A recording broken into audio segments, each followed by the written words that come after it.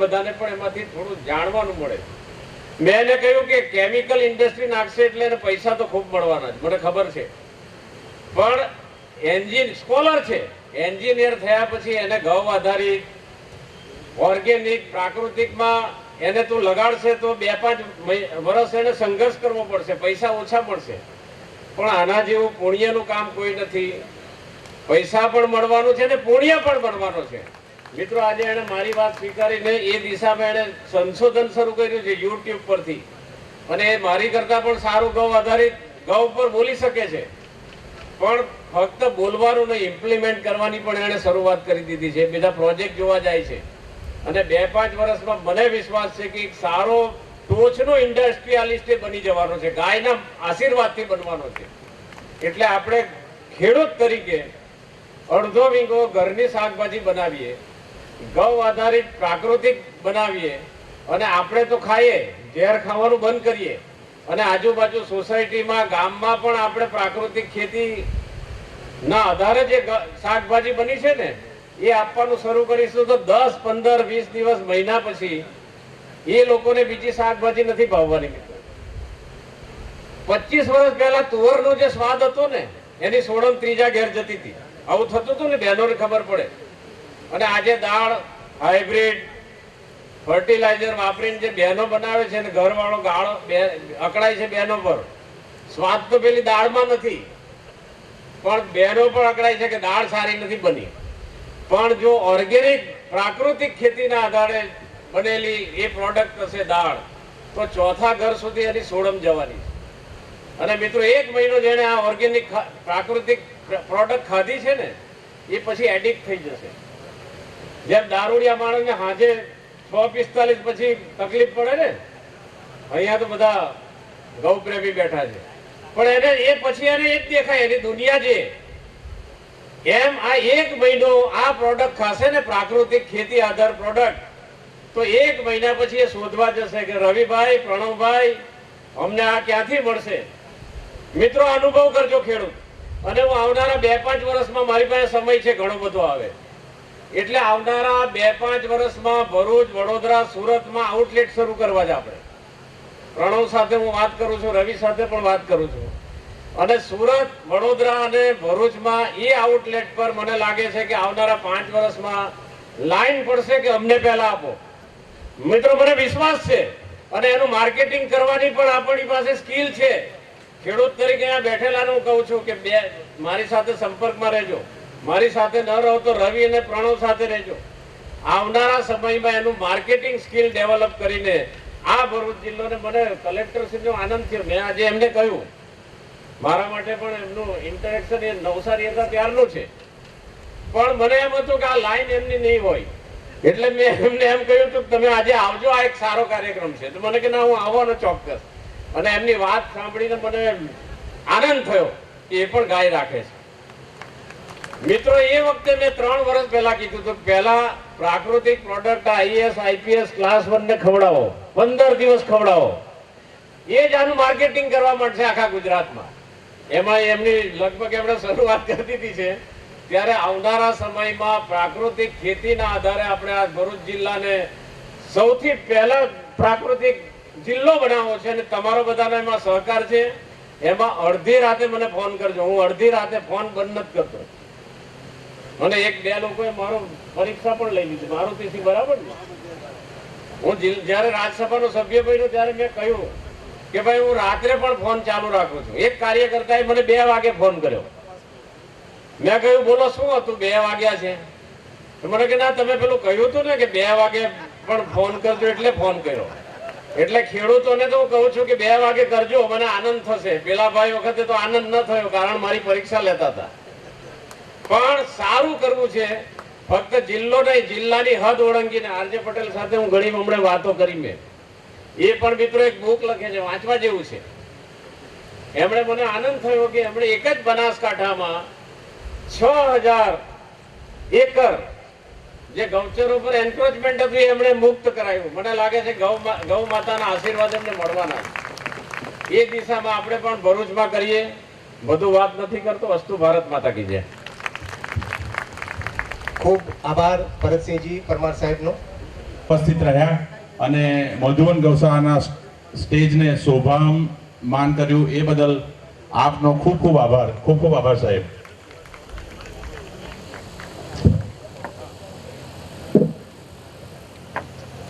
Mike નજીક રાખજો. ઓલપાડથી આવો છો? હા. શું તકલીફ હતી? 2 વર્ષ પહેલા કેન્સર છે નજીક રાખજો માઇક જરા. અને કિડની પર એક ગાંઠ હતી ને ગર્ભાશયમાં 3 ગાંઠ હતી.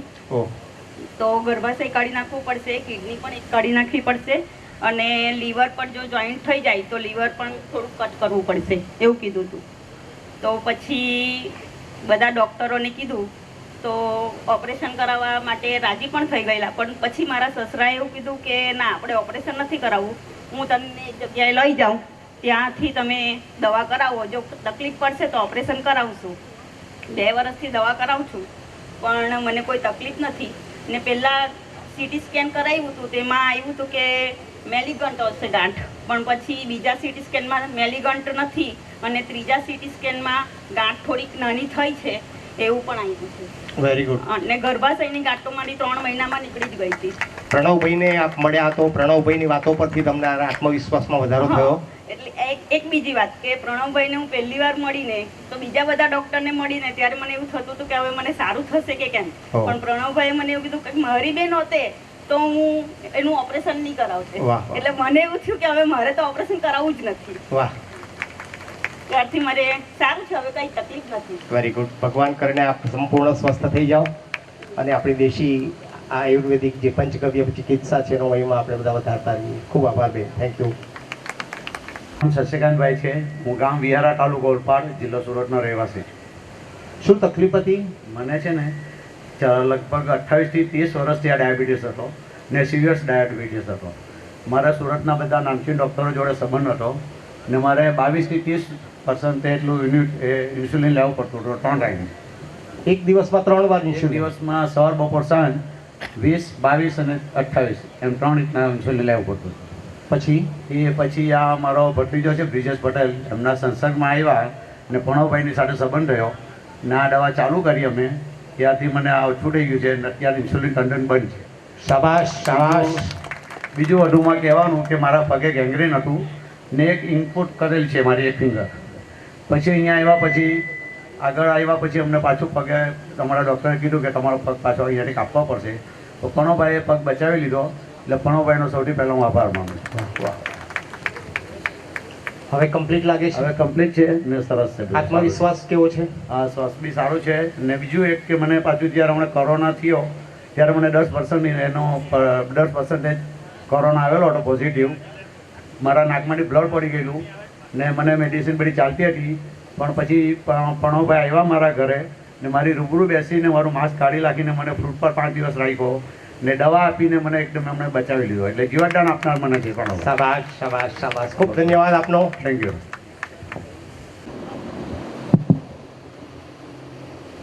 મધુવન ગૌશાળા આયોજિત બીજા પંચગવ્ય સંમેલનમાં આપણી વચ્ચે ઉપસ્થિત ડૉક્ટર વર્માજી,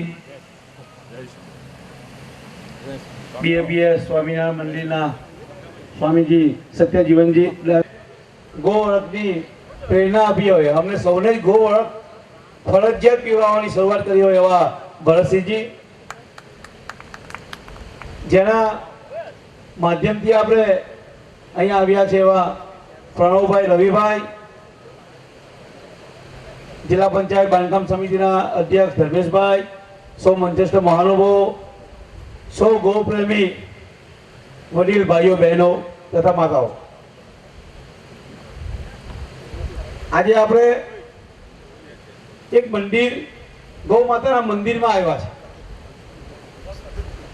દરેક વાલી પોતાનો દીકરો અભ્યાસ કરે તેવું વિચારે કે મારો દીકરો ડૉક્ટર બને, મારો દીકરો એન્જિનિયર બને, પણ કોઈ દીકરો પોતાના બાપને, પોતાના પિતાને પડતી પીડા દૂર કરવા માટે જો ડૉક્ટર બન્યા હોય ને તેનું ઉત્તમ ઉદાહરણ પ્રણવભાઈ છે.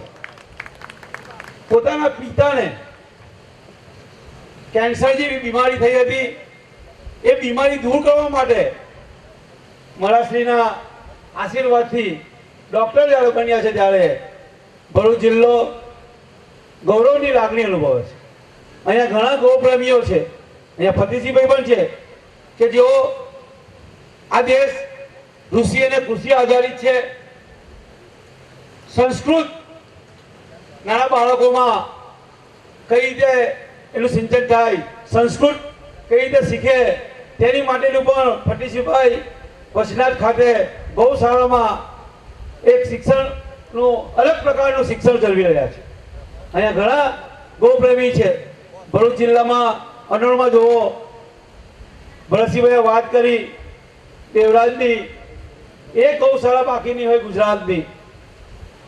કોરોનાની વૈશ્વિક મહામારી હતી, કલેક્ટર સાહેબ તો રિટાયર થઈ ગયા, પેલા કલેક્ટર સાહેબ ગયા એટલે કહું છું, એમ જાહેરમાં ના કહેવાય.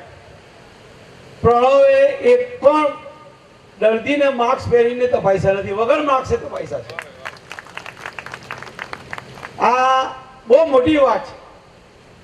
જ્યારે સૌ ગભરાઈ ગયા હતા, સમગ્ર દેશ ને દુનિયા ગભરાઈ ગઈ હતી, ત્યારે આ જ જગ્યા પર પ્રણવભાઈએ અસંખ્ય લોકોને, અમે રવિને ફોન કરીએ કે રવિ જાય, એક બે પેશન્ટ આવે છે અમારા ઓળખીતા, એક પણ પેશન્ટનું અમારી પાસે દુઃખદ સમાચાર નથી આવ્યા.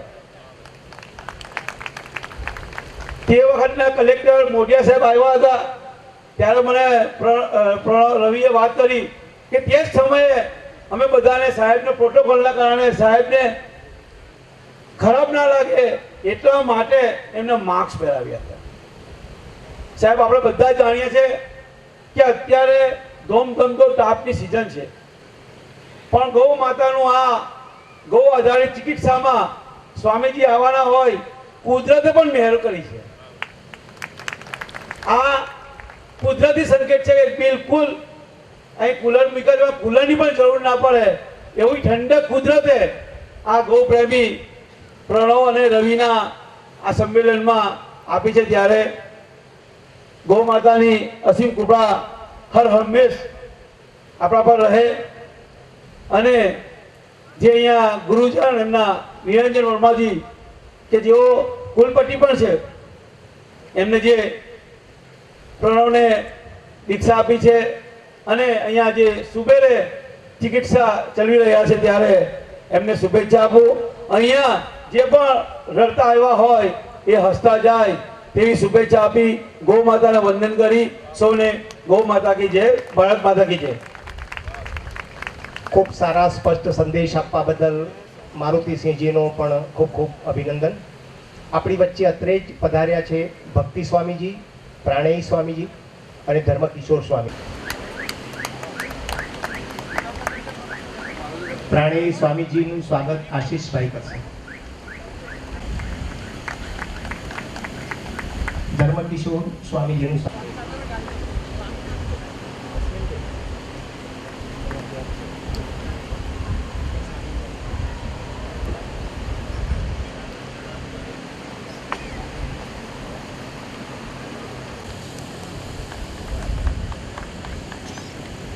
દ્વારા આયોજિત પંચગવ્ય સંમેલનમાં પધારેલ પરમ પૂજ્ય સ્વામીશ્રીનું હું વંદન કરું છું, સૌ વંદન કરું છું અને આપ સૌને પણ વંદન કરું છું. જો गाय ना होत तो हूँ कलेक्टर ना थयो होत. अगर मेरे पास गाय ना होती, मैं गाय चरा के कलेक्टर हो गया. तो स्वाभाविक है कि मुझे गाय के प्रति मान सम्मान होना चाहिए. मैं 4 डिस्ट्रिक्ट में डीडीओ था, 2-3 डिस्ट्रिक्ट में कलेक्टर था, और मैं जहां जहां गया मैंने गाय की पुकार सुनी, क्योंकि गाय मेरी माता थी. और सबको बताने के लिए मैं अपने बंगलोज में गाय रखता था. और मैंने कहा था, जब नरेंद्र मोदी साहब आते थे तब सीएम, जे राखे गाय तेनी गरीबी जाए, जे राखे गाय तेनी गरीबी જાય એ એની બહુ મોટી વિસ્તૃત વાત થઈ શકે કે રીતે જાય, પણ જે રાખે ગાય તેના રોગ પણ જાય. રોગ જે છે એટલે કહેવાય કે ગોમૂત્ર વસતે લક્ષ્મી, ગોમૂત્ર વસતે ધન્વંતરી. અને આ ધન્વંતરી ઋષિનું કામ આ ઋષિ મુનિઓ આ ધરતી પર કરી રહ્યા છે. એ બધા લોકોને હું સત વંદન કરું છું.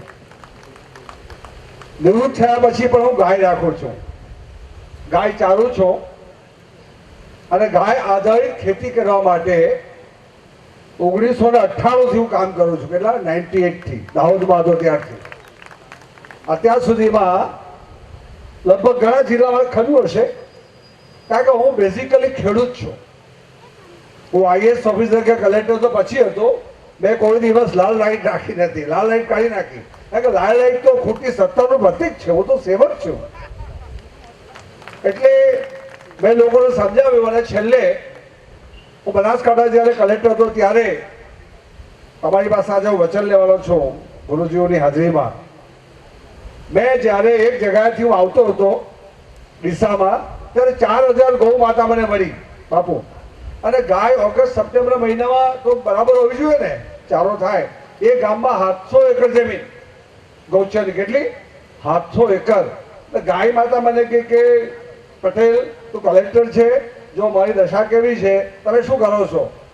એટલે ગાય માતાની મેં ફરિયાદ લીધી, એફઆઈઆર કર્યો. બોલો, આવો કોઈ ગાંડો કલેક્ટર જ કરે. અને સામેવાળા 134 લોકો હતા રાજકારણી મોટા મોટા, એ નોટિસ આપી, ડીડીઓને કહ્યું, ગ્રામ પંચાયતે કહ્યું, તાલુકા પંચાયતે કહ્યું, કારણ કે ગુજરાત પંચાયત અધિનિયમમાં ગૌચરના દબાણો દૂર કરવાની સત્તા ગ્રામ પંચાયતને છે. અને ગ્રામ પંચાયત ન કરે એ બધા પોતે જ દબાણ કરતા હોય છે મોટા ભાગે સરપંચો. તો તાલુકા પંચાયત કરવાના, એ પણ નહીં કરતો જિલ્લા પંચાયત કરવાની.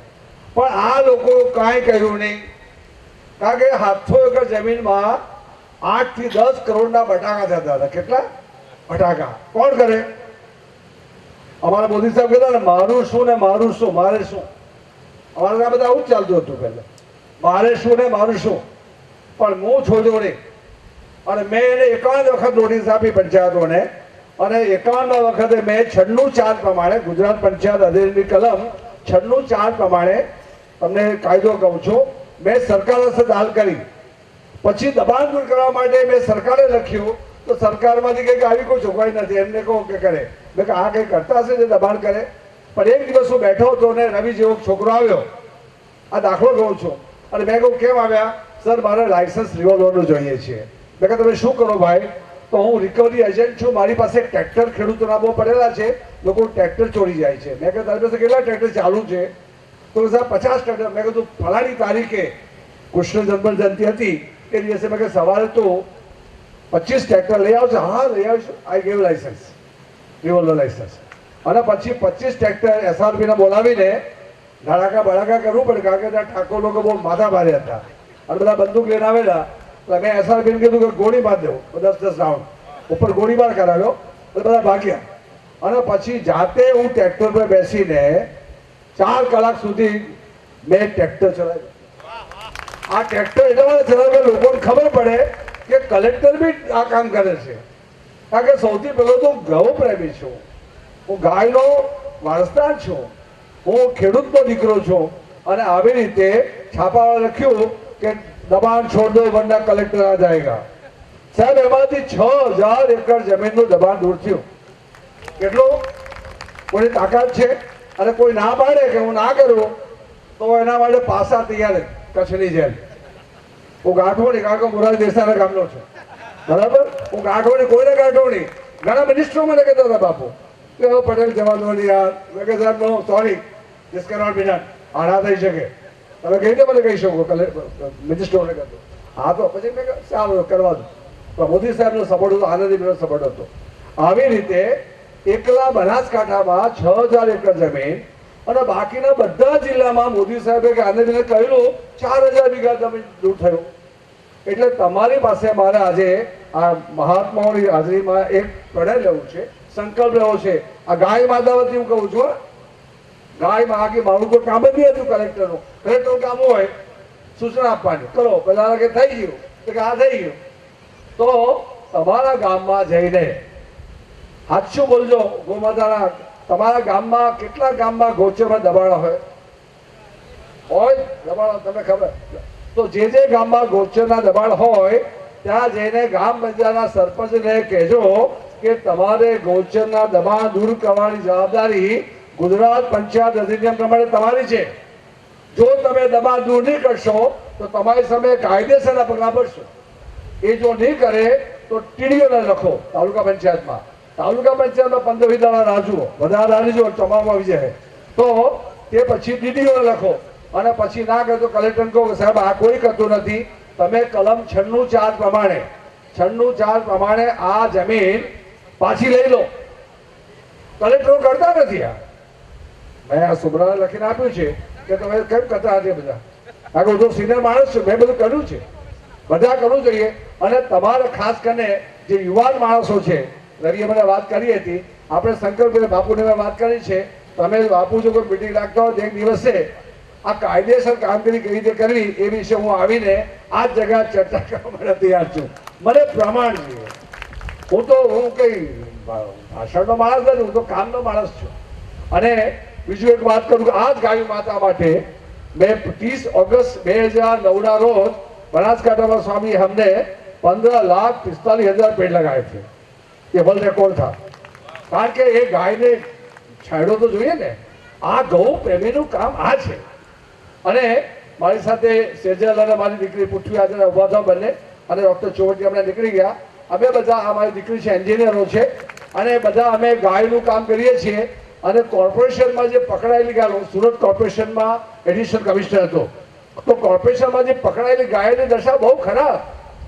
લોકો આપણે એટલા સ્વાર્થી છીએ પશુપાલકો કે ગાય દૂધ નહીં આપે એટલે એને મોકલી આપવાની પાંજરાપોળમાં, અને માય કામ નહીં કરે એટલે એને વૃદ્ધાશ્રમ મોકલી આપી. આ સમાજ બહુ ખરાબ થઈ ગયો.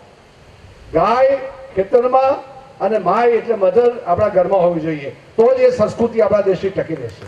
તો આ રીતે એ ગાયને અમે એફિલિએટ લઈને તાપી જિલ્લામાં ડેડિયાપાડા, સાગબારામાં, આપણે વાંસદામાં લગભગ 3500 થી 3600 જેટલી ગાયો અમે એને આપી છે તિલક કરીને. અને એનું ધ્યાન રાખીએ છીએ. કારણ કે ગાય દૂધ માટે નથી, ગાય ગોબર માટે છે, ગાય પેશાબ માટે છે. ગાય જીવે ત્યાં સુધી પેશાબ આપે છે અને ગોબરનો કોથળો કરીને ગુજરી જાય છે. તો એ ગોબરની કિંમત કેટલી છે સ્વામીજી અમને કહેવાના છે. પણ મારે તમારી પાસે સંકલ્પ જોઈએ. મેં રવિને કહ્યું હતું મારા ઘરે, મેં કહ્યું હું અમથામ તો નહીં આવું, મને સંકલ્પ જોઈએ. તો તમે બધા તૈયાર છો દબાણ દૂર કરવા માટે ભરૂચને? આપણે નક્કી એવું કર્યું કે ભરૂચ જિલ્લા ગૌચર દબાણ મુક્ત જિલ્લો. સ્વામીજી બરાબર ને? આ થઈ શકે, સંતોના આશીર્વાદ બી મળશે. આ કાયદેસરનું કામ છે, એમાં તમારો રૂપિયો ખર્ચ નથી કરવાનો.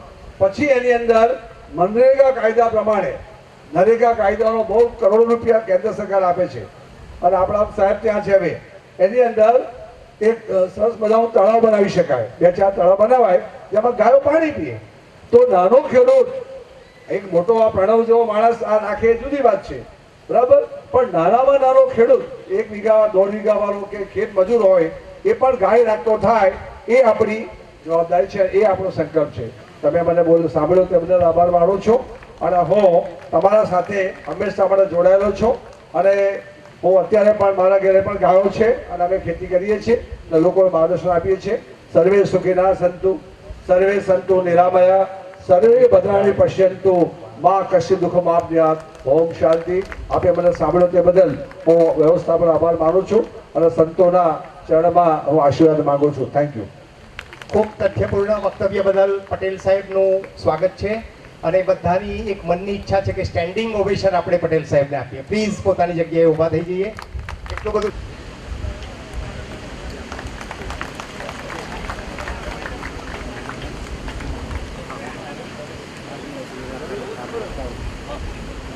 ધર્મકિશોર સ્વામીજી હાર અર્પણ કરવા માંગે છે. પુરાણોને લઈને આપણી વચ્ચેથી જઈ રહ્યા છે.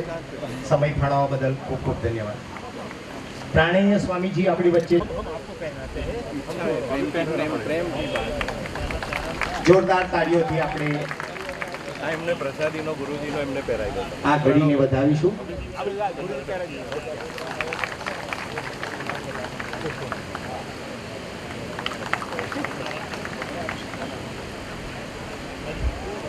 છાણથી લીપીએ છે કારણ કે એનાથી બેક્ટેરિયા વાયરોસિસ સ્પ્રેડ નથી થતા. એ યાત્રા કાઢીએ તો પણ આગળ હંડલીની અંદર છાણ રાખીએ છીએ. જર્મનીની અંદર રિસર્ચ થયું, એટમિક એનર્જી બ્લાસ્ટ કરી લીપેલી દિવાલ હતી, અંદર રેસ ના ગયા. આટલી ગાયના છાણમાં તાકાત છે, આટલી બધી તાકાત છે. કહેવાનો મારો મતલબ ભગવાન કૃષ્ણને ગાયો જ ચારી છે, ગાયમાં સૂર્યનાડી રહેલી છે. સવારે 7 વાગ્યા પહેલા સૂર્યોદય પહેલા અને સૂર્યાસ્ત પછી દૂધ પીવાય એવું પ્રણવભાઈનું શાસ્ત્ર કહે છે. પ્રણવભાઈના શબ્દ નથી. ગાયને છોડો ભરૂચમાં તો પાછી હળદરવા આવે, ભેંસ ના આવે. જો કે ભેંસ બી પ્રભુનું સર્જન છે, એટલી બધી દૂધમાં પાવર છે. હું સબ્જેક્ટ પર જઈશ, જો અવળો જઈશ તો તમે સત્સંગી થઈ જશો. મૂળ વાત એક જ છે, 7 લાખ કલર આંખ જોવે છે, 35,000 જાતના ટેસ્ટ જીભ કરે છે, 3.5 લાખ જાતની સ્મેલ નાસિકા લે છે, 4.5 લાખના અવાજ કાન સાંભળે છે. પહેલી સર્જરી પૃથ્વી પર કરી ભગવાન શિવજીએ અને ગણેશજીનું મસ્તક મૂક્યું. કહેવાનો મારો મતલબ પહેલી સર્જરી કરેલી થોમસ એસ્કીમે પહેલી સર્જરી ન્યુરોની કરેલી. બ્રેઇનમાં ગડબડ હતી અને તોડ્યું બ્રેઇન. તો એમના જે સાથેનો સ્ટાફ હતો, નર્સનો, મેલ ને ફિમેલ, એ બધા વિચારમાં પડી ગયા ડૉક્ટર શોક કેમ થઈ ગયા. કે તો એ ઇમોશનલ થઈ ગયેલા હતા કે જે કહેવું હોય તમે મીટિંગમાં કહો. અત્યારે એને એનેસ્થેસિયા આપ્યો છે, એનું ઓપરેશન કરીને વેસ્ટ કાઢી નાખીએ. અને બધું વેસ્ટ કાઢી નાખ્યું. તો પછી એ એવું બોલેલા, અહીંથી ચંદ્રલોક જઈને પાછી આવે એટલા 14 અબજ જ્ઞાનતંત્રો 1.5 સેન્ટીમીટરમાંથી પસાર થાય છે. એટલું સુપર આ બ્રેઇન છે. એટલે 1 લાખ રૂપિયાનો મોબાઈલ હોય, અંદર એપલનું વોડાફોનનું કાર્ડ હોય, અહીં ઝાપટ વાગી ગઈ, અહીં ઝાપટ વાગી ગઈ, અહીં ઝાપટ વાગી ગઈ, નેટવર્ક જતું રહેશે. હેલ્મેટ પહેરજો. કહેવાનો મારો મતલબ જબ आई थी जवानी तब होश न था, जब होश आया तो साला जवानी गुजर गई थी. કહેવાનો મારો મતલબ ગાયના દૂધથી પાવર આવશે તમારી માં કે આપણે શું કરવાનું. અમારા સ્વામિનારાયણના હું એટલા માટે ગોષ્ઠી કરવા ઊભો થયો કે અમારા ગુરુજી આયુર્વેદિકના હિમાયતી હતા. તમને ખબર નહીં હોય, ડૉક્ટર ગોવિંદ પ્રસાદ વૈદ રાષ્ટ્રપતિ વૈદ હતા અમદાવાદના. રાષ્ટ્રપતિના વૈદ રાજવૈદ કહેવાતા હતા. બધા જ વૈદો હરિધામ આવી ગયેલા છે. સ્વામીજી આયુર્વેદિક ડિપાર્ટમેન્ટ હરિધામમાં બી ચાલુ રાખ્યું છે. અમારી વસ્તી કરતા લીમડાની વસ્તી વધારે છે અને 300 ગાયો છે. આવો પાડો તાલી, 300 ગાયો છે. કહેવાનો માટો કથાથી કોઈ અસર નથી થતી. एक जैन नीरज जैन करके बड़ौदा में है स्वामी जी, उन्होंने जो गाय कत्ल में जाती थी 1 लाख गाय की रक्षा की है. पाड़ो ताली. 1 लाख गाय को रिटर्न लाया है और 4000 हिंदू लड़कियां दूसरे ज्ञाति में जाती थी, मेरी जीभ नहीं बिगाड़ता हूँ, उसको भी पीछे लाया है. ऐसे मर्द गुजरात में है. कहने જેટલા જ દુર્જનો એક્ટિવ છે એટલા સજ્જનો એક્ટિવ થઈ જાય, આ ગોકુળ મથુરા અને વૃંદાવન થઈ જાય ગુજરાત. શું વાત કરો. એટલે જાગવું પડે. એટલે અમારા ગુરુજી કહે છે હિરણ ધ્યાનમાં જવું એમ કરતા મરદની સ્મશાની હારી. એટલે કહેવાનો મારો મતલબ આપણે જાગવું છે. ટાઈમ ખૂબ ઓછો છે. રજો ગુણ છે, તમો ગુણ છે, સત્વ ગુણ છે, જાગ્રત છે, સ્વપ્ન છે, સુષુપ્તિ છે. એક સ્થૂળ શરીર છે, એક સૂક્ષ્મ શરીર છે, કારણ શરીર છે, મહાકારણ છે. આ જે બધી વસ્તુ છે આયુર્વેદિકમાં લખેલી છે. કાલે પ્રણવભાઈ આખા ભારતમાં જેનું પહેલું નામ છે પ્રણવભાઈ, એમનું નામ છે ઉત્તરાખંડથી આવેલા 18 પ્રાઇવેટ કોલેજ છે અને 2 આયુર્વેદિક કોલેજ છે. ટોટલ આયુર્વેદિક ટોટલ ઉત્તરાખંડથી. યુટ્યુબ પર તમે શોધજો, એમનું નામ છે જોશી સાહેબ. યુટ્યુબ પર શોધજો, શોર્ટમાં તો SJ જોશી કહેશો, સુનિલભાઈ જોશી. એ વાઇસ ચાન્સેલર છે. 2 દિવસ નરેન્દ્રભાઈ મોદી જામનગરમાં આવ્યા. એરપોર્ટ રોડ ઉપર 35 વીઘા જમીનનું ખાતમુહૂર્ત કર્યું. ત્યાં આયુર્વેદિક કોલેજ થશે. પોતાને સાથે ઊભા રાખીને ફોટો પડાયો છે. આ શરીરની મેં 107 પોઈન્ટ છે. એ સુશ્રુત સાહિત્યમાં લખેલું છે. આપણે ટ્રેસમાં હોય ને આપણી આંગળી અહીં જતી રહે, અહીં પણ પોઈન્ટ છે. ભારતમાં એટલું અદ્ભુત છે, એટલું અદ્ભુત, એટલું જ અદ્ભુત.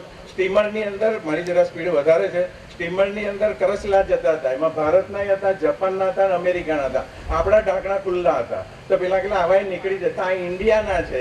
એક બહાર નીકળશે એટલે ટાંટીઓ ખેંચશે. જાગો. ખ્યાલ આવે. 1 કરોડનું બહાર નીકળશે. 3 જાપાનીઝ બરાબર 1 ઇન્ડિયન, 2 ઇન્ડિયન બરાબર પમેડો લડ્યા જ કરે. કહેવાનો મતલબ અર્જુન કરતા 50 ગણી તાકાત દુર્યોધન, દુર્યોધન કરતા 50 ગણી તાકાત કર્ણ, કર્ણ કરતા 50 ગણી તાકાત અશ્વત્થામા, અશ્વત્થામા કરતા 50 ગણી તાકાત દ્રોણાચાર્યમાં, દ્રોણાચાર્ય કરતા 50 ગણી તાકાત ભીષ્મ દાદામાં. પેલો રેમન આમ ટંકાર મારે, અહીં અર્જુન હોય તો અમદાવાદ જતો રહે, ટોસ જ ના ઉછરે. We are absolutely nothing before the supreme. Man is absolutely nothing before the supreme. છેલ્લી વાત, PhD ની વાત છે, પ્રણવભાઈ જાણે છે. ડોક્ટર દીપક ચોપડા, રામે રાવણને બાણ માર્યું જમાના ગયા. 3 જણને મૃગલું નડ્યું. પહેલું નડ્યું રાવણને. ભરત રાજા કહેવાય, એને નડ્યું. પ્રસવ સિંહે બૂમ પાડી તાડ પાડીને મૃગલીનું બચ્ચું થયું. ભાગવતમાં પ્રસંગ છે. ત્રીજું સલમાન ખાનને નડ્યું. 3 જણને મૃગલા. આપણે જીવનમાં મૃગલા ના આવવા જોઈએ. કે મારો મતલબ જેની પર તમે ફોકસ થાય. ડોક્ટર દીપક ચોપરા સ્વિટ્ઝરલેન્ડ જાય છે. મહર્ષિ યોગી હતા. આપણું ગૌરવ કહેવાય. કેવા સંતો થઈ ગયા. એમની પાસે શીખ્યા. હજુ એમના એક લેક્ચરના કરોડો રૂપિયા. આટલા બોલવું એમાં તો મને રૂપિયા મળે યુએસએમાં. આપણી વસ્તુ આખી અલગ છે. कौन देता है उम्र भर का सहारा, लोग तो साले जनाजे में भी खंधे बदलते रहते हैं. कहवानो मारो मतलब सितारों ने कहा आकाश बदल गया, हर बुलबुल ने कहा चमन बदल गया, एक संत ने कहा कुछ नहीं बदला, शरीर एक ही है, सिर्फ कफन बदल गया. થોડું જીવવું પણ આમ ચાલુ મર્દાનગીજી જીવવું. છેલ્લી વાત એ 600 કરોડ લાઈવ સેલ છે દીપક ચોપડા એવું કે આ બોડીમાં 16 વર્ષથી 40 વર્ષની ઉંમરે 200 માઇલની સ્પીડે બોડીમાંથી એક પ્રવાહ વહે છે. એક શુભ સંકલ્પ ઉઠે લાખો સેલ જાગૃત થાય, એક નેગેટિવ સંકલ્પ ઉઠે લાખો સેલ ખતમ થાય. એટલે અમારા ગુરુજી કહેતા ભગવાન સ્વામિનારાયણને આશીર્વાદ આપ્યા એવા પવિત્ર સંતો દ્વારા હું પૃથ્વી પર અખંડિત રહીશ. સ્વામી જેવું કહેતા પહેલું સુખ છે સાંસારિક સુખ. સ્ત્રી અને પુરુષનું સર્જન કર્યું છે આત્મા બંનેની ભગવાન તરફ યાત્રા ચાલે એટલા માટે. બીજું સુખ સ્વામી છે કે જીભનું સુખ. ગાયનું હરખું લીલું ઘાસ ખાય, આપણે ખાઈએ જીભનું ઇન્દ્રિયોનું સુખ સરખું. એનાથી 1000 ગણું સુખ છે સુખ વિચારોનું, એનાથી 1000 ગણું સુખ છે નિશ્ચિંતાનું, એનાથી 1000 ગણું સુખ છે નિર્ભયતાનું, એનાથી લાખ ગણું સુખ છે આત્મીયતાનું, અને આત્મીયતા કરતા કરોડ ગણું સુખ છે સુરત ભાવનું. એવા જીવંત સંતો છે. એટલે એક હોસ્પિટલમાં લખેલું કોબરાનું ઝેર 5 મિનિટમાં, સાપ કરડ્યો હોય તો 6 મિનિટમાં, ડોગ કરડ્યો હોય તો 10 મિનિટમાં, પણ એક સૂત્ર લખેલું જેની જીભમાં ઝેર છે એની કોઈ દવા નથી. કહેવાનો મતલબ વિચારોની જે અસર છે આ બોડી ઉપર. એટલે आदमी में इस प्रकार का विष भर गया है कि विष दरों का वंश डर गया है. कल सुने के आदमी काटने से आदमी मर गया है. एवा कलयुगમાં જ્યારે આપણે બેઠા વિચારોનો આતંક, આતંકવાદનો આતંક, હટમાન ઈર્ષાનો આતંક, કામ ક્રોધ લોભનો આતંક, આ બધામાંથી બહાર કાઢશે કોણ? ત્યાં કોઈક માં જેવા સંતો. એટલે સ્વામી જાહેરમાં કહેતા શિવજીને માનો નો પ્રોબ્લેમ, ગણેશ જેવા સંત જોઈએ. ખાલી ગણેશ ચતુર્થી હું લેક્ચર આવતો હતો 200 માણસને નડિયાદમાં. તો એક ભાઈ કે સ્ટોપ પ્લીઝ. મેં કહું શું થયું? તો કે તમે એક વાક્ય બોલ્યા ને કે 2 પત્ની હતી આપણે ગણેશજીની. મેં કહું હા શું નામ? મને કે ફરી રિપીટ રિદ્ધિ સિદ્ધિ. મને કે મારી વાઈફ જીદ્દી છે. મેં કહું આપણે પર્સનલી મળીશું. કહેવાનો મારો મતલબ બધે પ્રોબ્લેમ છે માય ડિયર ફ્રેન્ડ. પછી ત્રીજું ભગવાન રામને માનતો હોય તો હનુમાનજી જુએ, ઈસુને માનતો હોય તો પીટર જુએ, આદ્યશક્તિને માનતો હોય તો મા શારદા જુએ, સ્વામિનારાયણ ભગવાનને માનતા હોય તો મહંત સ્વામી છે, પ્રેમ સ્વરૂપ સ્વામી. એવા કોઈ સંત આપણે જીવનમાં જોઈએ જેને ભગવાનને અખંડ સમય. રામ મિલન કે કારણ જો તું ભયો ઉદાસ, તુલસી સંગત ખોજ લે, રામજીનો કે પાસ. એવા કોઈ સંત મળી જાય તો જીવન આપણું ધન્ય થઈ જાય. છેલ્લી વાત, હર સુબહ નિરાલી હૈ, હર दोपहर निराली है, हर शाम निराली है, हर रात निराली है, प्रभु और गुरु का साथ तो हरोज दिवाली है. વિશેષ કઈ વાતો કરવી નથી. મરનારની ચિંતા ઉપર ચાહનાર કોઈ ચડતું નથી. કહે છે હું મરી જઈશ, કોઈ મરતું નથી. દેહને બળતો જુએ છે, એની આગમાં કોઈ પડતું નહીં. આગની ક્યાં ટપણો રાખને કોઈ અડતું નથી. થોડું પણ આમ મસ્તીથી જીવી લેવું છે. આ માર્ગે ચાલવાનું. પ્રભુને ગુરુ ખૂબ બળ આપે. જેટલો ઇન્દ્રિયોનો આહાર પરફેક્ટ.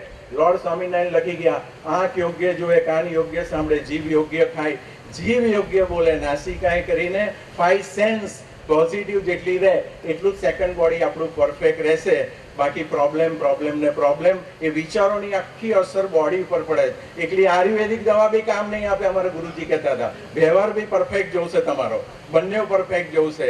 એટલે મારી વાતો ખૂટશે નહીં. ફરી મળીશું. પ્રણવભાઈના પ્રેમના લીધે હું આવ્યો. આ માર્ગે ચાલવાનું. પ્રભુને ગુરુ ખૂબ બળ આપે એ જ પ્રાર્થના. જય સ્વામિનારાયણ. જય સ્વામિનારાયણ. ખૂબ સાત્વિક વાતો. હિન્દુ પરિષદ. Thank you. સત્યજીવન સ્વામીજી અંતિમ પ્રવચન ગુરુજી પહેલા આપશે.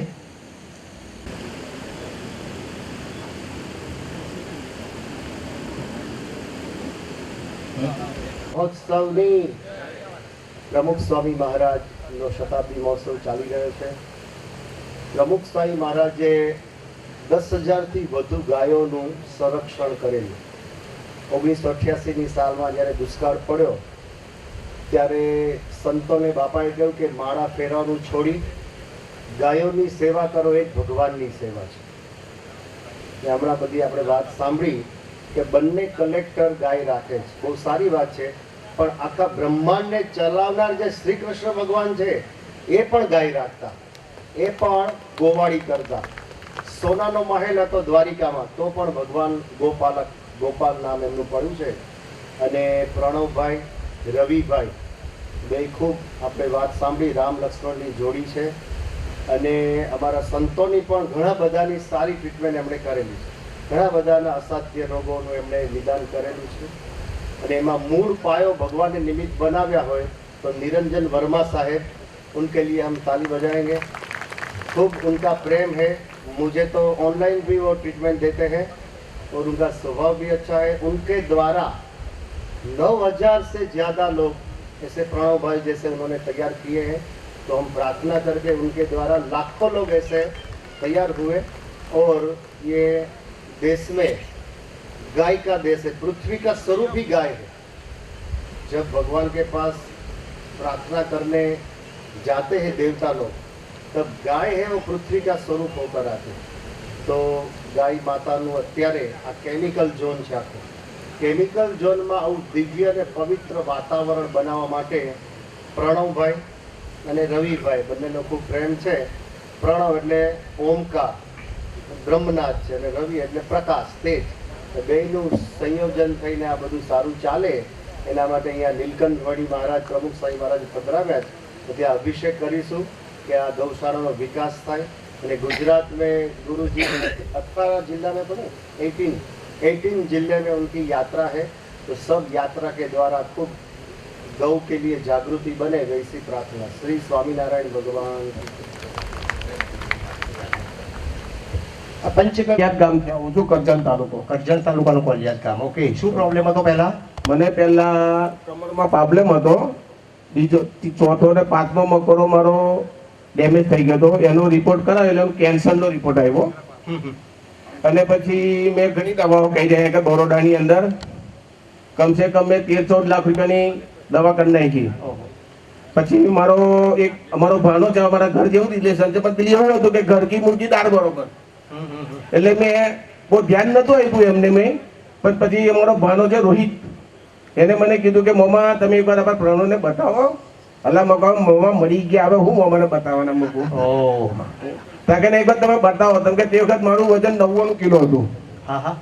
આજે ત્યાર પછી મને અહીંયા ગાડીને બેડશીટ તો લઈને આવ્યા, એટલે પછી પ્રણવભાઈને બતાવ્યું ને એમને મને કીધું કે ભાઈ તમે આ દવા ચાલુ રાખો અને ગૌમૂત્રનું જે અર્ક ને બધું તમે ચાલુ રાખો। એટલે મેં ચાલુ રાખ્યું અને એનાથી મને બહુ ઘણો ફાયદો થયો। અને ફાયદો એટલે આજે 100% રિઝલ્ટ છે। આજે હું જીક્સર બાઇક ફેરવું છું। ઓહો, એટલે મને કોઈ કમરનો પ્રોબ્લેમ છે નહીં। બાકી મારા પાછળ 2 પ્લેટ નાખી, 4 બોલ્ટ ને 1 પ્લેટ છે પાછળ કમરની મેં। પણ આની દવાથી મને બહુ સારું છે અને બહુ અનુભવ બહુ સારો છે। અને હવે મેં અનેક પેશન્ટોને લાવ્યો, મહિનાની અંદર કમસે કમ નહીં તો હું અગર 10 પેશન્ટને તો લાવતો જ હશે। Very good. અને એમાં તો એવું મને કોઈ રિઝલ્ટ નથી માલૂમ પડ્યું કે કોઈનું ખરાબ થયું હોય એમ। અને કેન્સરના પેશન્ટ હું ઢગલેમણ લાવ્યો છું, અમને પરમદારે લઈને આવ્યો હતો, એટલે હું અહીં આવું આયા જ કરું છું, પણ એનું રિઝલ્ટ બહુ સારું છે। Very good. અને પ્રણવભાઈનું જે કામ છે, પણ એમનું થોડું પેલું ચડી પાડવાનું એટલે થોડું લોકોને અઘરું લાગે, પણ ચડી તો પાડી જ પડે, બાજુ રોટલા તો ઠપકારવા જ પડે। એટલે એ પાડે તો બહુ સારું વસ્તુ છે અને રિઝલ્ટ બહુ સારું છે, આપણા માટે જ છે। આયુર્વેદ કરીએ એટલે પરેજી આવે જ પાછળ। અને શા માટે ન લેવી, પ્રોબ્લેમ એ છે, શા માટે ન લેવું? અને બીજા થોડું બદલવું પડે આપણે। અને એક બીજા મારા વેવાઈ જે ભૂપેન્દ્રભાઈ છે, યસ, બોલાવો ભૂપેન્દ્રભાઈ। એમને ચાલવાની થોડી તકલીફ છે, ત્યાં આગળ બેઠા છે પાછળ, એવું છે? એમને શું તકલીફ હતી? એમને 142 કિલો વજન થઈ ગયું હતું। 142 કિલો વજન, એટલે એમને મેં બરોડા 2-4 ડોક્ટરને બતાવ્યું કે ભાઈ આવું પ્રોબ્લેમ છે। તેમને કીધું કે ભાઈ લીવર ડેમેજ થઈ ગયું છે, નામ છે તેમ છે, હવે 8-10 દાડા મહેમાન છે કે હવે હું આ બહુ મહેમાનગીરી કરી નહીં શકીએ। એટલે પછી મેં મારા જમાઈને કીધું લા મકવા મને આટલું બધું સારું થઈ ગયું છે, ચાલને આપણે પ્રણવને બતાવીએ। હવે તો મકું ઘરની દાળ છે, એમાં હું હતું બિલકુલ બિલકુલ ખાઈ લઈએ મકું થઈ જઈને આપણે। એટલે પછી અમે લઈને એમને આવ્યા અહીંયા આગળ, એટલે પ્રણવભાઈને બતાવ્યું, એટલે મને કીધું કે સરસ થઈ જશે, વાંધો નહીં આવે, પણ એમને કે આ દવા ચાલુ કરો આપણી અને સારું થઈ જશે, વાંધો નહીં આવે। એટલે પછી મેં એમને જે દવા કીધી એ દવા તમે ચાલુ કરી। આજે એમનું વજન 116 કિલો છે, તો 2 મહિના થયા। 145 માંથી 116 કિલો વજન છે આજે, અને બહુ સારું છે, ચાલે છે, મતલબ કે બહુ સારું થઈ ગયું। મતલબ કે એમને અત્યારે પાછળ જ બેઠેલા છે, પણ એમને પેલી થોડું ચાલવાની તકલીફ છે, લઈ નથી આવી રહી કા? ના ના, 2 મહિનામાં આવી જશે, 2 મહિનામાં કમ્પ્લીટ થઈ ગયું છે હવે અમને। વેરી ગુડ, વેરી ખૂબ ખૂબ ધન્યવાદ તમારો બંનેનો, બંને વેવાઈઓનો પ્રેમ। ભરતભાઈ તાપિયાવાલા, છે કે યસ, આવો આવો આવો, પધારો પધારો. ભરૂચથી જ આવું છું. ભરૂચથી નજીક છો, શું તકલીફ હતી પહેલા? પહેલાં મને નજીક રાખો ને માઇક મોડાને. નજીક સૌથી પહેલાં મારી તકલીફ હજી આમ આમ આમ સ્ટેટ રાખો એટલે બધા સાંભળી શકે આપણે. પથરીની હતી. પથરી થઈ હતી આપને? હા, પથરીના હિસાબે મારું લીવર ડેમેજ થઈ ગયું છે. Non alcoholic fatty liver disease થઈ ગયું છે. પછી શું થયું? પછી પથરીમાં નોન આલ્કોહોલિક પથરીનો પ્રોબ્લેમ સોલ્વ થઈ ગયો હતો. પછી ફેટી લીવરના હિસાબે મને બોડીમાં ઘણા બધી તકલીફ થઈ ગઈ હતી. એલોપેથીમાં બતાવ્યું તો લગભગ 40 લાખ રૂપિયાનો ઓપરેશન કરવાનું કહ્યું. બાપરે. લીવર ટ્રાન્સપ્લાન્ટ જ કરાવવું પડે એવું હતું. મેં લીવર ટ્રાન્સપ્લાન્ટ માટે વિચાર કર્યો નહીં, કારણ કે એમાં સક્સેસ રેશિયો પણ નથી એટલો. પછી જાડેશ્વરમાં એક મારા મિત્ર છે, એમણે મને આ પ્રણવભાઈનો રેફરન્સ આપ્યો હતો. જે લગભગ 2017-18થી હું અહીંયા આવું છું અને એમની ટ્રીટમેન્ટ મેં કરી. લીવર ઘણું સારું, એટલે સારું ઇન ધ સેન્સ કે ડેમેજ, ફર્ધર ડેમેજ થતું અટકી ગયું. અને અત્યારે હું પહેલાં જે SRF ફૂડ જે કહેવાય છે કે સોલ્ટ રિસ્ટ્રિક્ટેડ ફૂડ, જેમાં મીઠું જ નહોતું ખાવાનું, સોલ્ટ, નમક, અત્યારે હું ઘરના ફેમિલી મેમ્બર જે રીતે ફૂડ લે છે એ પ્રમાણેનું ફૂડ લઈ શકું છું. એ પણ ઇમ્પ્રુવમેન્ટ જ કહેવાય. ઇમ્પ્રુવમેન્ટ છે. અને બીજું વચ્ચે એની સાથે મને પથરી થયા જ કરે છે પ્રોટીનની. વચ્ચે લગભગ 2-2.5 વર્ષ પહેલાં મને 16 mm પથરી થઈ ગઈ હતી. બધા ડૉક્ટર એલોપેથીવાળા કહે કે ઓપરેશન કરાવવું પડશે, પથરી આટલી મોટી પથરી નીકળે નહીં. પરંતુ પ્રણવભાઈની અથાગ મહેનતથી અને મારા કન્ટિન્યુઅસ આવવાને એમનો કન્ટિન્યુઅસ ફોલોઅપ મેં કર્યું તો એ 16 mm પથરી પણ મને યુરિન મારફત નીકળી ગઈ હતી. Very good, very good. ચાલો, બહુ સરસ. એટલે પંચગવ્ય ચિકિત્સાથી અમને ખૂબ સારું સ્વાસ્થ્ય લાભ થયો છે. રાઈટ નાઉ આજના દિવસે પણ હું એમની ટ્રીટમેન્ટ ચાલુ જ છે. તો પછી 40 લાખમાંથી 10 લાખ આપી દેજો અમને. જરૂર. મજાકમાં કહું છું. ઓકે. પણ ગંભીર ઘટના છે. આટલો બધો ખર્ચો એલોપેથીમાં સામાન્ય માણસ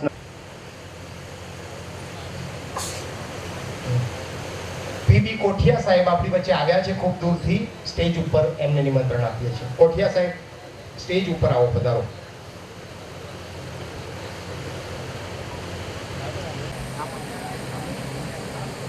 કોઠિયા સાહેબ ખૂબ દૂરથી આપણી વચ્ચે આવ્યા છે, તેઓનું સ્વાગત છે અને સ્ટેજ ઉપર પધારવા માટે વિનંતી છે. અંતિમ પેશન્ટ તરફ જઈએ. જયેશભાઈ પાટણવાડિયા, જે પ્રોપર ગામનો છોકરો છે, અહીંયા હલદરવાનો જ છે. જયેશ, માઇક લઈ લે. ચાલો. અને દવાખાને ગયો તો ડૉક્ટરે એવું કીધું કે સુગર લો થઈ ગયું છે તારું. પછી અહીંયા અમે લોકો આવ્યા પપ્પાને લઈને, અને મારા કાકાની નજીક રાખ, માઇક નજીક રાખ મોઢાની. હા, મારા કાકાની છોકરી છે એ મોટા બાપુની, તો એમને મને અહીંયા પ્રણવભાઈનું કીધું. પછી એમને દવા આપી તો મને 22 દિવસમાં હું ચાલતો થઈ ગયો. હવે કમ્પ્લીટ છે? હા, કમ્પ્લીટ ચાલે. શાબાશ. કેટલો ખર્ચો થયો? કશું નહીં. નજીવો. વાહ, આનાથી મોટી વસ્તુ શું હોઈ શકે? ચાલો, બધા પેશન્ટોને સાંભળીને ખૂબ મજા આવી. અને યસ, રવિભાઈ. એક બીજા પેશન્ટ છે મારા ગામના, રમણભાઈ વસાવા. આ તમે જે ગૌશાળાનો શેડ જોવો છો ને, એ બધું નિર્માણ એમને કર્યું છે. રમણભાઈ, આ બાજુ આવી જાઓ. આવો આવો આવો. એમનું ઇન્ટરવ્યુ પોતે આખા ગામને એટલે પરિચય કરાવું છું કે एकदम गुरुजी, मैं हिंदी में बात करता हूँ. कोरोना काल का बहुत कपरा समय था और इधर आ जाइए. और उनको ही कोरोना हो गया था और उनका ऑक्सीजन लेवल 42% था. 42. उन्होंने सारे अस्पताल छान लिए, लेकिन आर्थिक परिस्थिति बहुत कम, इसलिए कहीं पे भी इलाज शक्य नहीं हुआ. उसके बाद उनके दोनों बच्चे, सिविल में भी उनके जगह नहीं हुई, उनके दोनों बच्चे इनको इधर लेके आ गए. तब मेरे पापा भी जिंदा थे, उनका जूस बने, उनके साथ इसका भी बनता था. वो भी फ्रूट खाए तो ये भी फ्रूट खाता था. 4 से 6 दिन में 42 लेवल ऑक्सीजन प्रणव ने और गौ माता की कृपा से, आपके गाइडेंस से 92 कर दिया. और बिना कोई एलोपैथी, कोई चिकित्सा, केवल पंचगव्य चिकित्सा से ये रमन भाई आप देख रहे हैं. पूरे हल्दरवा गांव को पता है, ये तो हल्दरवा के ही है, लेकिन देखिए पंचगव्य में कितनी ताकत है. गौ माँ में कितनी ताकत है, तो आप सब देख रहे हैं और आपके सामने सही सलामत और कभी भी जरूरत पड़े हमारी गौशाला के लिए कार्य में अग्रसर रहते हैं। धन्यवाद रमन भाई, आप उपस्थित हुए, धन्यवाद धन्यवाद। स्टेज संभालने के लिए, जिनको सुनने के लिए आप सभी यहाँ पे एकत्र हुए हैं और काफी महापुरुषों का और काफी मेहमानों का प्रवचन एवं वक्तव्य सुनने के बाद अब मैं गुरुजी को, पूज्य निरंजन वर्मा जी को गौमा एवं पंचगव्य चिकित्सा एवं गौ विज्ञान के लिए अपने वक्तव्य को रखने के लिए निमंत्रित करता हूं। पूज्य गुरुजी। कांटेक्ट मिला और मैं तुरंत सुबह 9 बजे कांटेक्ट मिला, दोपहर 12:30 या 1 बजे में गुरुजी की कुटीर में था, चेन्नई, मद्रास, कांचीपुरम में, और तब पहली बार गुरुजी से मुलाकात हुई थी और मेरे पापा जी साथ थे। परिवार, आप सब मधुवन गौशाला परिवार एवं गुरुजी 2 मिनट श्रद्धांजलि व्यक्त करके फिर उनका प्रवचन स्टार्ट करेंगे। धन्यवाद।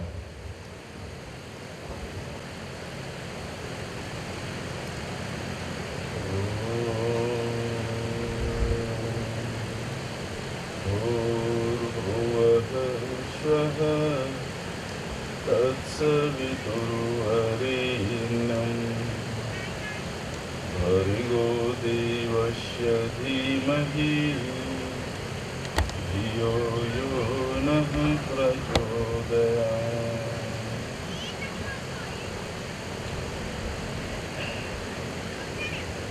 भरूच जिला का यह पवित्र भूमि मधुवन गौशाला के संपूर्ण परिवार, गौ भक्तजन, सभा में उपस्थित श्री स्वामीनारायण संस्था के साधु महात्मागण, राजकारणी से जुड़े हुए हमारे नेतृत्व करने वाले और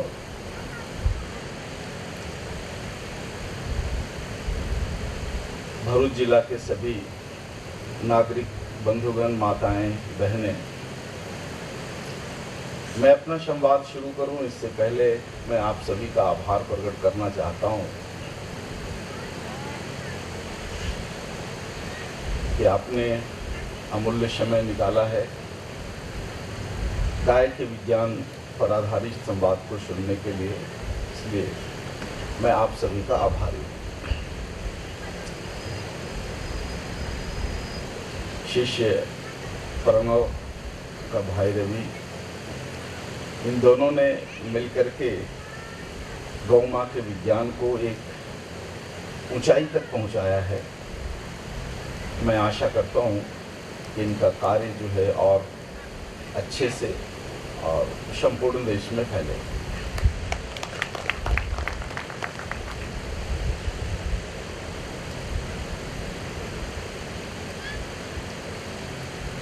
इस कार्य को करते हुए मुझे लगभग 20 साल हुए हैं और 20 वर्षों में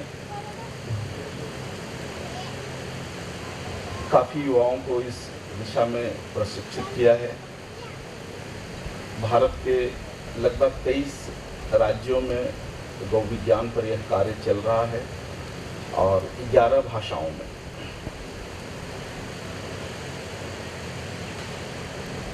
इस कार्य को करते हुए जो कुछ भी अनुभव गौमाँ से मुझे प्राप्त हुआ है, जितना कुछ विज्ञान समझ पाया हूँ, उसके कुछ अंश आपके सामने रखने की कोशिश करूँगा। गौ माँ का विज्ञान अथाह समुद्र की तरह है। जितना कुछ मैंने महसूस किया है, मुझे लगता है एक मनुष्य अपने जीवन में संपूर्ण गौ विज्ञान को ग्रहण नहीं कर सकता, नहीं समझ सकता। मेरे पास भी संपूर्ण ज्ञान नहीं है। समुद्र रूपी उस ज्ञान के 2-4 घड़े हैं मेरे पास, उससे ज्यादा नहीं है। तो जो कुछ भी अनुभव किया है, इस अनुभव के आधार पर आपके समक्ष गौ विज्ञान संवाद को मैं रखने की कोशिश करूंगा। सर्वप्रथम कुछ ऐतिहासिक तथ्य। इतिहास दोहराने के लिए नहीं, लेकिन इतिहास से शिक्षा लेने के लिए हमें इतिहास के पन्नों को पलटना चाहिए। कुछ ऐतिहासिक तथ्य रखने की कोशिश करूंगा, इसके बाद कुछ धार्मिक तथ्य। जो पहले विज्ञान था लेकिन आज वह धार्मिक हो गया है, और इसके बाद आधुनिक विज्ञान आधारित कुछ ऐसे विश्लेषण जिनसे हम अपनी गौ माता की शक्ति को पहचान सकें और पृथ्वी पर प्रलय आने से हजारों वर्षों तक उसे रोक सकें। ऐतिहासिक जो तथ्य है उसे मैं विस्तार से नहीं रखूंगा, लेकिन कुछ चीजें हमें समझ लेनी चाहिए। 15वीं शताब्दी के पहले का भारत और उसके बाद धीरे धीरे अंग्रेजों का आधिपत्य हुआ। अंग्रेज प्रत्यक्ष रूप से गए, सत्ता यहाँ के लोगों के पास सौंपी। ये लगभग 400 वर्षों का कालखंड है। इस 400 वर्षों के कालखंड में गाय की क्या स्थिति रही, इसे समझना जरूरी है। 15वीं 16वीं शताब्दी का भारत, जहां संपूर्ण भारत में लगभग गाय की 350 प्रजातियां थी। हमारा गुजरात, जहां 8 से 12 प्रजाति की गायें थी। प्रत्येक भूगोल के लिए एक प्रजाति हुआ करती थी भारत में।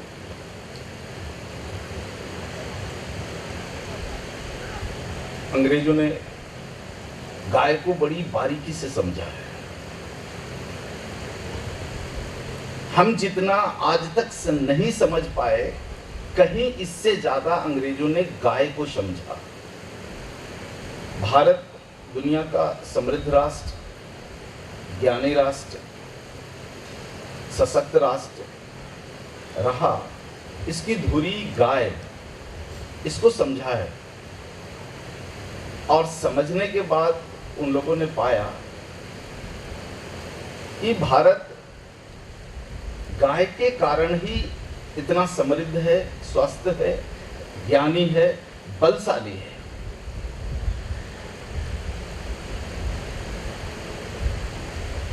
इसलिए यदि भारत को वर्षों तक, कई सौ वर्षों तक अगर गुलामी में रखना है, तो इस धुरी को तोड़ना पड़ेगा। क्योंकि गुलाम वही व्यक्ति रह सकता है जो शारीरिक रूप से बीमार हो, कमजोर हो, अज्ञानी हो और निर्धन हो।